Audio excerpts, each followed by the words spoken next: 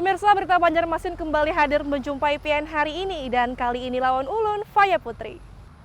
Sejumlah berita aktual dan beberapa informasi menarik lainnya telah kami siapkan. Berikut berita utama hari ini.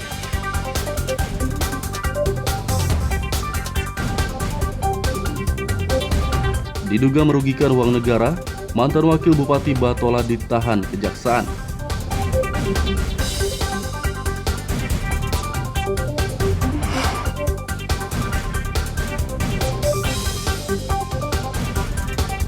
Aktivitas penambangan emas ilegal di Kabupaten Banjar ditertibkan.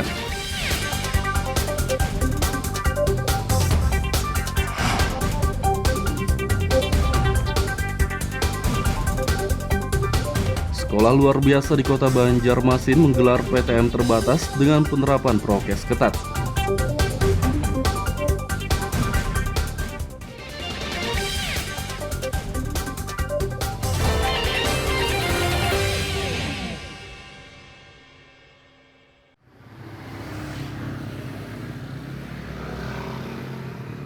Mantan Wakil Bupati Kabupaten Barito Kuala Batola periode 2012-2017 Mamun Kaderi ditahan atas dugaan merugikan uang negara senilai lebih dari 175 juta rupiah.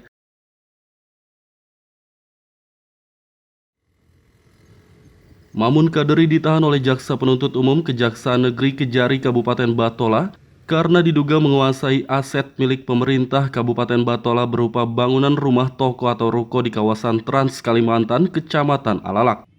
Awalnya mantan wakil Bupati Batola periode 2012-2017 itu menebus sewa ruko milik Pemkab Batola pada tahun 2009 lalu, namun ruko tersebut disewakannya kepada pihak lain.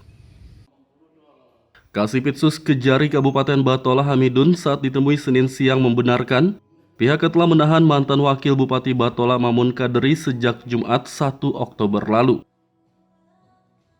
Ada berapa banyak ruko yang disewa itu 3 ruko, 2 ruko 2009, kemudian yang terakhir 1 ruko tahun 2010, nomor 5, nomor 6, dan nomor 7. Jadi juga praktek itu mulai 2009 berarti ya? Betul, jadi mulai penyewaannya itu 2009, membuat perjanjian sewa tebus. Itu per bulan apa per tahun? Harusnya setelah DP itu dibayarkan per bulan sebesar 3 juta sekian, namun tidak pernah dibayarkan, tapi disewakan ke orang lain dan mengaku bahwa itu miliknya. Jadi menguasai aset daerah dan mendapatkan keuntungan dari aset daerah Pribadi ya? untuk pribadi. Atas perbuatannya, Mamun Kaderi diduga merugikan uang negara senilai lebih dari 175 juta rupiah, sehingga akan dikenai pasal 2 atau 3 Undang-Undang Tindak Pidana Korupsi dengan ancaman maksimal 20 tahun penjara.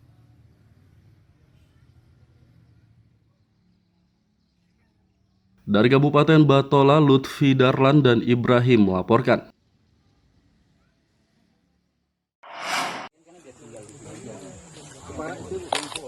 Aktivitas penambangan emas ilegal di kawasan Kiram, Kecamatan Karangintan, Kabupaten Banjar ditertibkan oleh Dinas Kehutanan Kalimantan Selatan.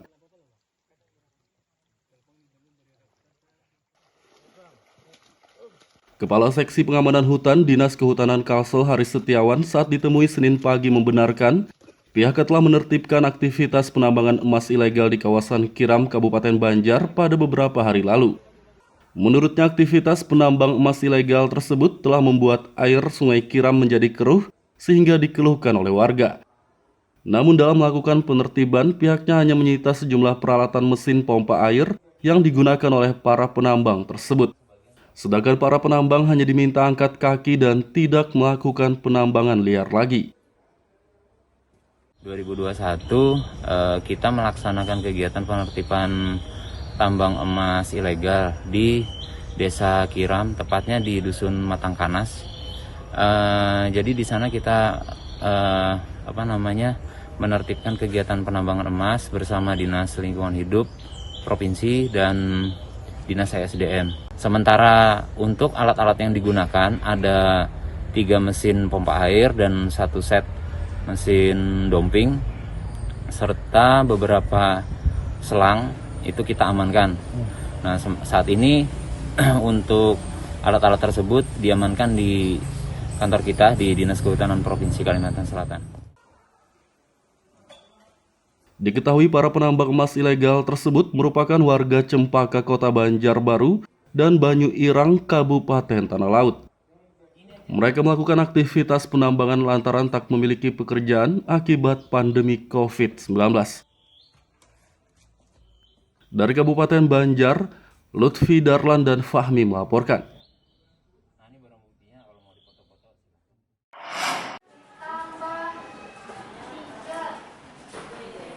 Sekolah luar biasa SLB Negeri 2 Banjarmasin yang terdiri dari siswa penyandang tunarungu hingga autis menggelar pembelajaran tatap muka PTM terbatas.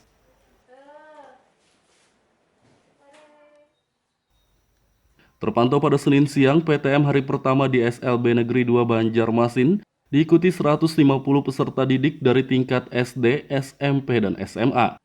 Para siswa di sekolah ini antusias mengikuti PTM yang berlangsung dengan penerapan protokol kesehatan prokes ketat tersebut.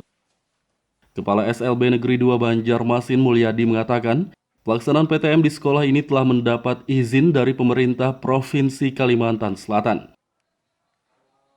Jadi memang sekolah kita ini termasuk salah satu 30 sekolah yang diusulkan oleh Dinas Pendidikan dan Kebudayaan dan disetujui oleh pemerintah Provinsi Kalimantan Selatan untuk melaksanakan pembelajaran tatap muka terbatas.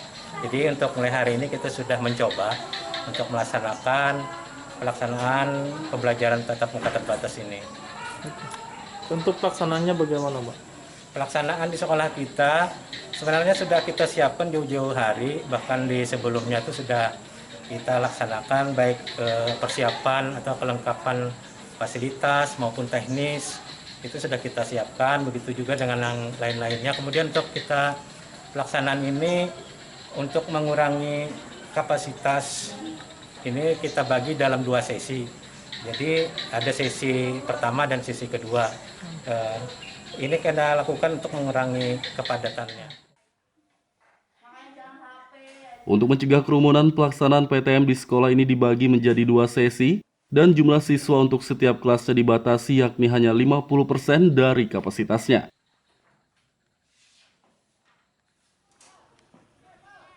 Dari Kota Banjarmasin, Lutfi Darlan dan Fudael melaporkan.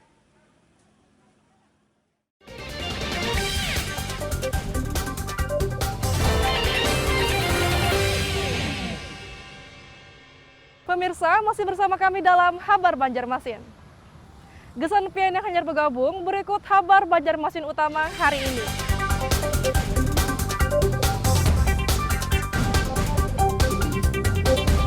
Diduga merugikan uang negara, mantan wakil Bupati Batola ditahan Kejaksaan.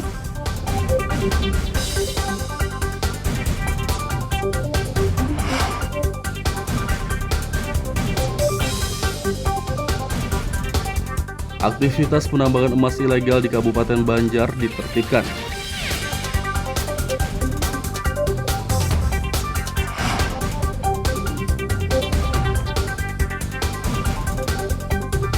Sekolah luar biasa di Kota Banjarmasin menggelar PTM terbatas dengan penerapan prokes ketat.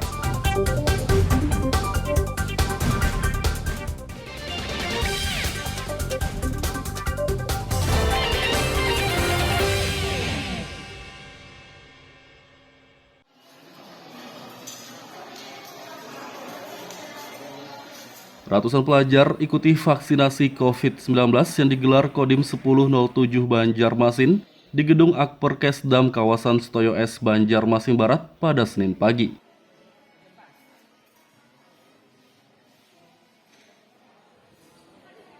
Kegiatan vaksinasi COVID-19 dosis pertama ini diikuti pelajar dari berbagai kawasan di Kota Banjarmasin dari tingkat SMP hingga SMA. Dandim 1007 Banjarmasin, Kolonel Infantri Oki Andriansah mengatakan, kegiatan vaksinasi untuk pelajar digelar sebagai persiapan pembelajaran tatap muka atau PTM. Sebetulnya memang di samping kita reguler melaksanakan pelayanan vaksinasi, memang menyambut HUT ke-76 TNI ini yang insya Allah jatuh pada tanggal 5 Oktober 2021 besok. Kita juga menggelar serbuan vaksinasi, terutama selain masyarakat umum kita menyasar juga kepada adik-adik pelajar dengan harapan bahwa rencana pembelajaran tatap muka nanti yang insya Allah dengan kondisi yang semakin membaik ini apabila sudah bisa digelar, sudah bisa dioperasionalkan, adik-adik juga khususnya untuk pelajar mereka sudah bervaksin seluruhnya.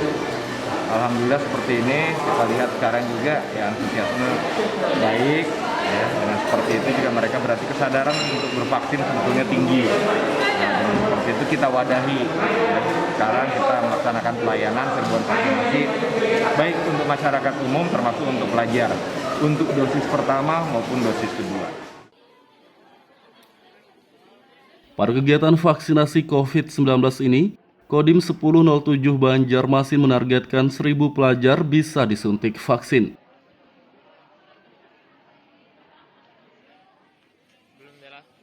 Dari kota Banjarmasin, Lutfi Darlan dan Hafiz Rahman melaporkan.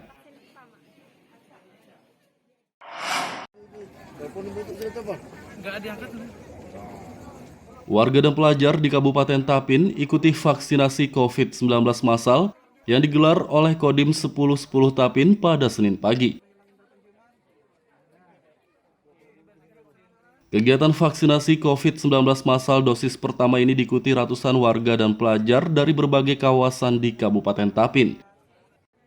Dandim 1010 Tapin Letkol Infantri Andi Sinrang mengatakan, vaksinasi COVID-19 massal ini digelar dalam rangka memperingati HUT TNI ke-76 dan membantu pemerintah dalam mempercepat pemberian vaksin bagi masyarakat. Dalam rangka menyambut HUT TNI yang ke-76. Sama Rizky Fauji. Sasaran kami hari ini Rizky Fauji. 1.000 dosis. Sasarannya itu terhadap anak sekolah, kemudian pondok pesantren, kemudian Rizky Fauji. Masyarakat yang di desa-desa yang belum terjangkau vaksin. Harapannya setelah vaksinasi? Harapan kita ya dengan vaksin, serbuan vaksin yang masif, tentunya penyebaran COVID dapat kita minimalisir.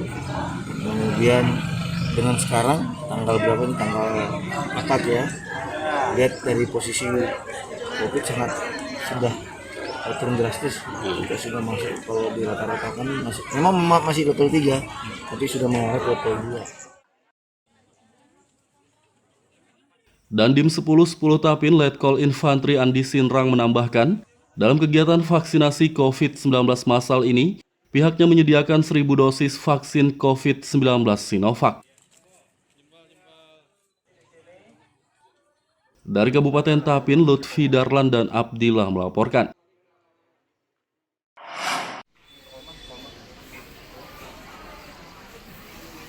Guna meningkatkan angka capaian target vaksinasi COVID-19, pemerintah Kota Banjarmasin melakukan percepatan vaksinasi bagi masyarakat. Juru bicara tim Satgas COVID-19 Banjarmasin, Mahli Riyadi mengatakan percepatan vaksinasi dilakukan agar target vaksinasi sebesar 70% dapat tercapai. Menurutnya saat ini target vaksinasi Kota Banjarmasin telah mencapai angka 50% dan diperkirakan bakal terus meningkat jika vaksinasi terus digencarkan setiap hari. Alhamdulillah kita Banjarmasin sudah mencapai 50,1%. Sehingga apa yang diamanatkan dalam Inmendagri mempersyaratkan untuk turun lipat salah satunya adalah tercapainya vaksinasi 50%. Sehingga ini tentu kami menyampaikan penghargaan dan terima kasih atas kesadaran masyarakat untuk mau bervaksin sehingga kita bisa memulihkan ekonomi di Banjarmasin dan tetap terus pertahankan protokol kesehatan, selalu bermasker dan tentu kita ingin wujudkan herd immunity nantinya karena kita punya target 12 November harus mencapai 80% sehingga itulah harapan kita bersama ya untuk bisa mewujudkan kekebalan kelompok di Banjarmasin. Masyarakat Kota Banjarmasin diharapkan mendukung percepatan vaksinasi COVID-19 agar target vaksinasi 70% lekas tercapai. Dari kota Banjarmasin, Lutfi Darlan dan Fudael melaporkan.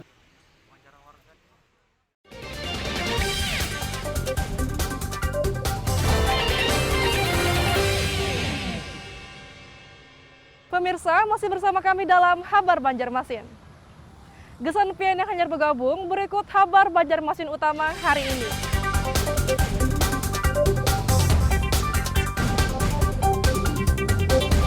Diduga merugikan uang negara, mantan wakil Bupati Batola ditahan kejaksaan.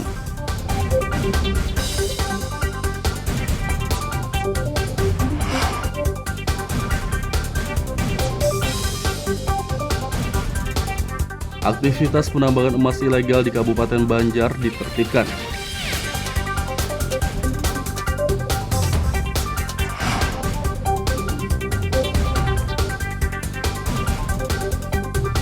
Sekolah luar biasa di kota Banjarmasin menggelar PTM terbatas dengan penerapan prokes ketat.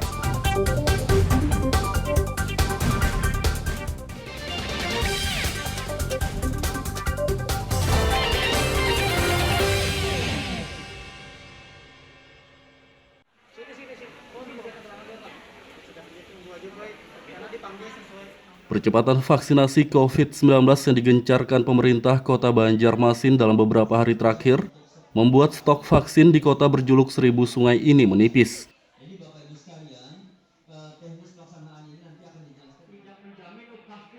Kepala Dinas Kesehatan Banjarmasin, Mahli Riyadi menyatakan data keseluruhan stok vaksin COVID-19 di kota Banjarmasin tersisa 13.686 vial. Ia memperkirakan stok vaksin tersebut akan habis dalam waktu 3 hingga 4 hari ke depan. Untuk itu pihaknya pun telah mengusulkan vaksin COVID-19 tambahan kepada pemerintah Provinsi Kalsel. Ini yang tentunya yang menjadi kekhawatiran kami. Setelah kita evaluasi hari ini tadi, ya jumlah vaksin yang ada pada kami hanya barangkali cukup sampai dengan 3 hari ya. Habis. Nah ya 4 hari lah dibagi-bagi kalau ada yang di lain gitu kan. Ya mungkin sudah habis sehingga kita harapkan dalam minggu ini kita bisa mendapatkan vaksin tambahan dari pusat. Ya. Mahli berharap vaksin yang telah diusulkan tersebut dapat didistribusikan Pemprov Kalsel secepatnya. Dari kota Banjarmasin, Lutfi Darlan dan Fudael melaporkan.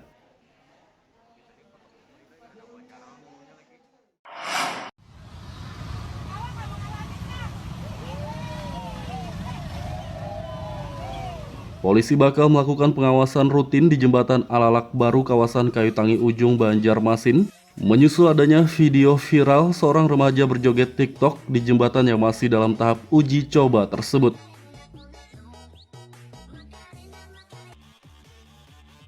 Kapolsek Banjarmasin Utara Kompol Indra Agung Perdana Putra mengatakan, aksi remaja berjoget TikTok di jembatan Alalak Baru dapat mengganggu dan membahayakan pengendara yang melintas.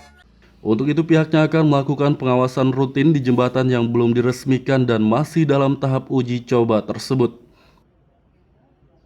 Ya, jadi kami peringatan awal untuk keselamatan pian sendiri dan yang lain, maka akan kami larang. Dan konsekuensinya, kami tegaskan lagi konsekuensinya, apabila terdapat lagi, kami akan panggil yang bersangkutan. Ya, kami akan panggil untuk diberikan edukasi dan ataupun nanti ada aspek dari hukum yang dilanggar tersebut. Jadi kami tahap awal akan panggil yang bersangkutan supaya tidak memberikan contoh edukasi yang salah atau kurang benar atau euforia ketika ada bangunan baru yang memang cukup baik namanya di mata Indonesia.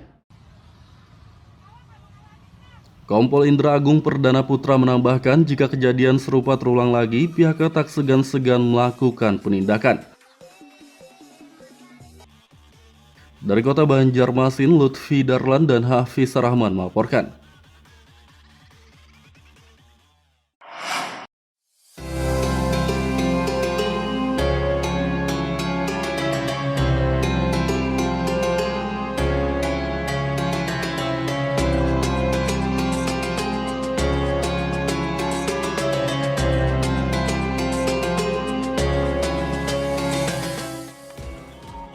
Inilah masjid bambu berbentuk kapal yang berada di Desa Kiram, Kecamatan Karangintan, Kabupaten Banjar. Masjid bernama Kiai Haji Abdul Qadir Hasan ini lebih dikenal dengan Masjid Bambu karena 90% bangunannya terbuat dari bambu. Masjid yang berada tak jauh dari objek wisata Kiram ini belakangan cukup ramai dikunjungi warga karena bentuknya yang menyerupai kapal dinilai cukup unik dan menarik perhatian. Masjid yang berdiri di lahan hibah masyarakat seluas 7.900 meter persegi ini dibangun oleh pemerintah Kalimantan Selatan pada pertengahan tahun 2020 dan baru selesai pada akhir Maret 2021 lalu. Bangunan masjid sendiri memiliki luas 610 meter persegi, terdiri dari 2 lantai dan mampu menampung sekitar 400 jemaah.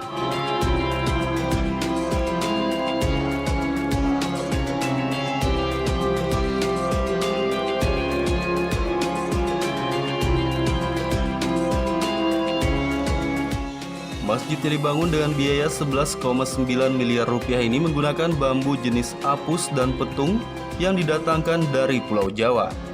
Kedua jenis bambu itu bisa bertahan hingga 30 tahun jika dirawat dengan baik.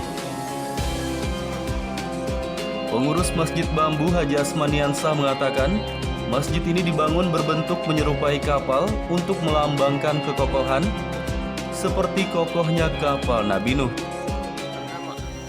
Mengambil sejarah perahunya Nabi Nuh. Mungkin itu saja yang bisa kami jelaskan. Memang bentuknya seperti perahu ya Pak? Iya, sengaja bentuk perahu. Ada berapa lantai ya Pak Haji? Dan fungsinya apa aja di masjid? Masjid ini terdiri dari 2 lantai. Lantai pertama atau lantai dasar itu untuk tempat wudhu dan toilet. Dan lantai atas itu untuk ruang masjid.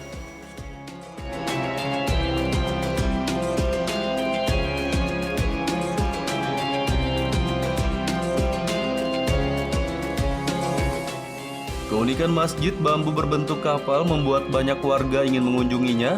Bahkan warga dari luar daerah yang kebetulan melintas di wilayah Kabupaten Banjar pun menyempatkan diri untuk mampir melaksanakan ibadah salat sekaligus melihat secara langsung keunikan masjid tersebut. Masjid Bambu sungguh indah dan lain dari yang lain. Jadi kami bisa untuk kesini, bertanda ke sini untuk melihat langsung untuk sholat zuhur sekalian di sini. Nah, setelah Ibu datang ke masjid ini, kesan apa yang Ibu dapat?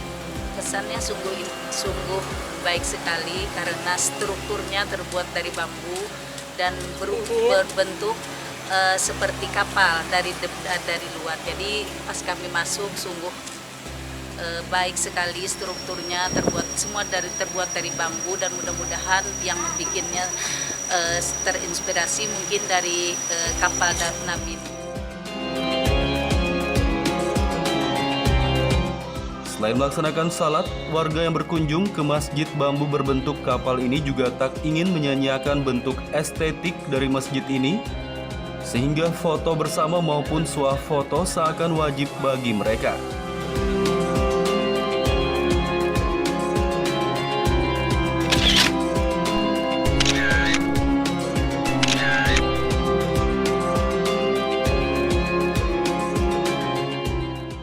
Masyarakat yang berkunjung ke masjid bambu ini diimbau menerapkan protokol kesehatan. Jangan sampai niat berwisata religi malah berujung tertular penyakit COVID-19.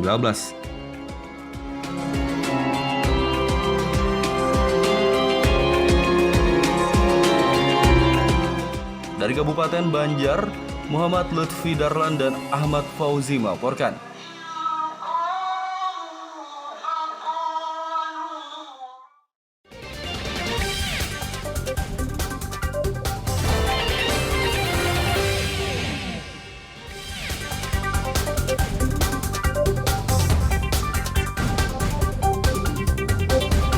Diduga merugikan uang negara, mantan wakil Bupati Batola ditahan kejaksaan.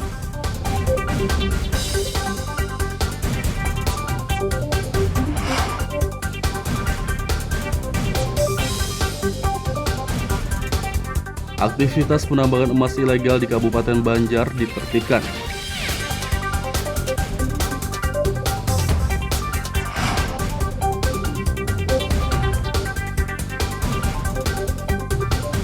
Sekolah luar biasa di kota Banjarmasin menggelar PTM terbatas dengan penerapan prokes ketat.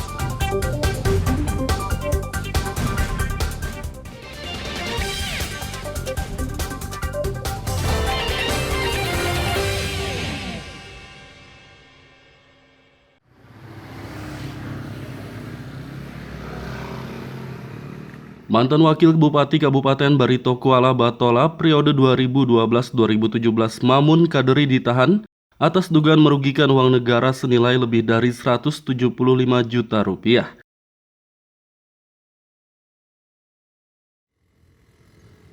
Mamun Kaderi ditahan oleh Jaksa Penuntut Umum Kejaksaan Negeri Kejari Kabupaten Batola karena diduga menguasai aset milik pemerintah Kabupaten Batola berupa bangunan rumah toko atau ruko di kawasan Trans Kalimantan, Kecamatan Alalak.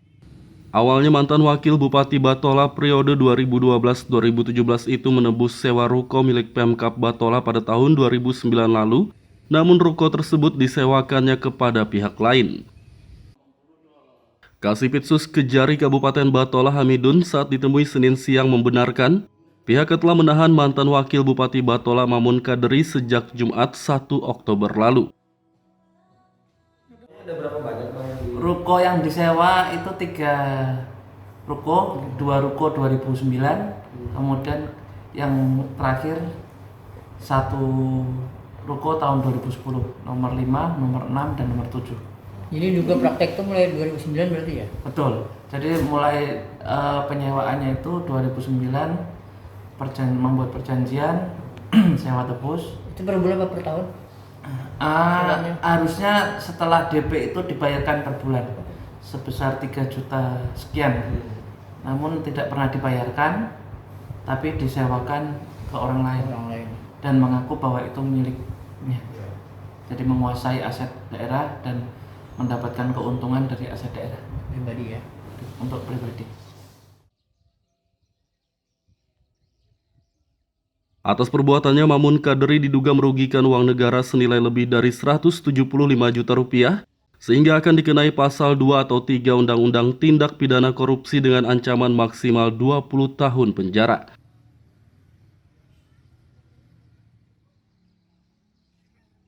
Dari Kabupaten Batola, Lutfi Darlan dan Ibrahim melaporkan.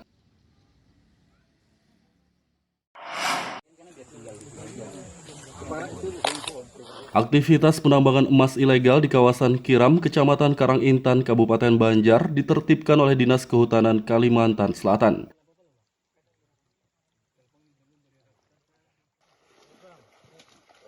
Kepala Seksi Pengamanan Hutan Dinas Kehutanan Kalsel Haris Setiawan saat ditemui Senin pagi membenarkan pihaknya telah menertibkan aktivitas penambangan emas ilegal di kawasan Kiram, Kabupaten Banjar pada beberapa hari lalu. Menurutnya, aktivitas penambang emas ilegal tersebut telah membuat air Sungai Kiram menjadi keruh sehingga dikeluhkan oleh warga. Namun dalam melakukan penertiban, pihaknya hanya menyita sejumlah peralatan mesin pompa air yang digunakan oleh para penambang tersebut. Sedangkan para penambang hanya diminta angkat kaki dan tidak melakukan penambangan liar lagi. 2021 kita melaksanakan kegiatan penertiban tambang emas ilegal di Desa Kiram, tepatnya di Dusun Matangkanas. Jadi di sana kita menertibkan kegiatan penambangan emas bersama Dinas Lingkungan Hidup Provinsi dan Dinas SDM. Sementara untuk alat-alat yang digunakan ada 3 mesin pompa air dan 1 set mesin dumping serta beberapa selang itu kita amankan.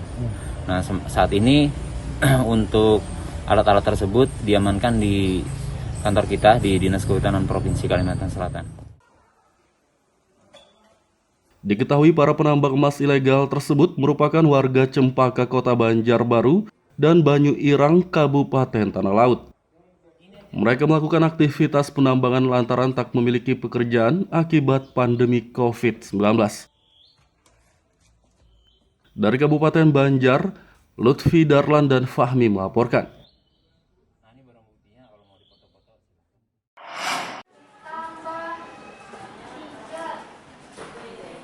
Sekolah luar biasa SLB Negeri 2 Banjarmasin yang terdiri dari siswa penyandang tunarungu hingga autis menggelar pembelajaran tatap muka PTM terbatas.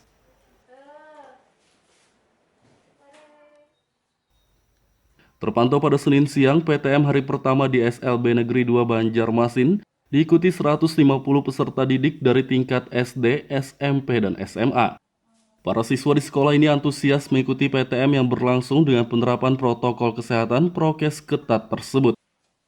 Kepala SLB Negeri 2 Banjarmasin Mulyadi mengatakan, pelaksanaan PTM di sekolah ini telah mendapat izin dari pemerintah Provinsi Kalimantan Selatan. Jadi memang sekolah kita ini termasuk salah satu 30 sekolah yang diusulkan oleh Dinas Pendidikan dan Kebudayaan dan disetujui oleh pemerintah Provinsi Kalimantan Selatan untuk melaksanakan pembelajaran tatap muka terbatas. Jadi untuk mulai hari ini kita sudah mencoba untuk melaksanakan pelaksanaan pembelajaran tatap muka terbatas ini. Untuk pelaksanaannya bagaimana, Pak? Pelaksanaan di sekolah kita sebenarnya sudah kita siapkan jauh-jauh hari, bahkan di sebelumnya itu sudah kita laksanakan baik persiapan atau kelengkapan fasilitas maupun teknis itu sudah kita siapkan, begitu juga dengan yang lain-lainnya. Kemudian untuk kita pelaksanaan ini untuk mengurangi kapasitas ini kita bagi dalam 2 sesi. Jadi ada sesi pertama dan sesi kedua. Ini kita lakukan untuk mengurangi kepadatannya. Untuk mencegah kerumunan, pelaksanaan PTM di sekolah ini dibagi menjadi 2 sesi dan jumlah siswa untuk setiap kelasnya dibatasi yakni hanya 50% dari kapasitasnya.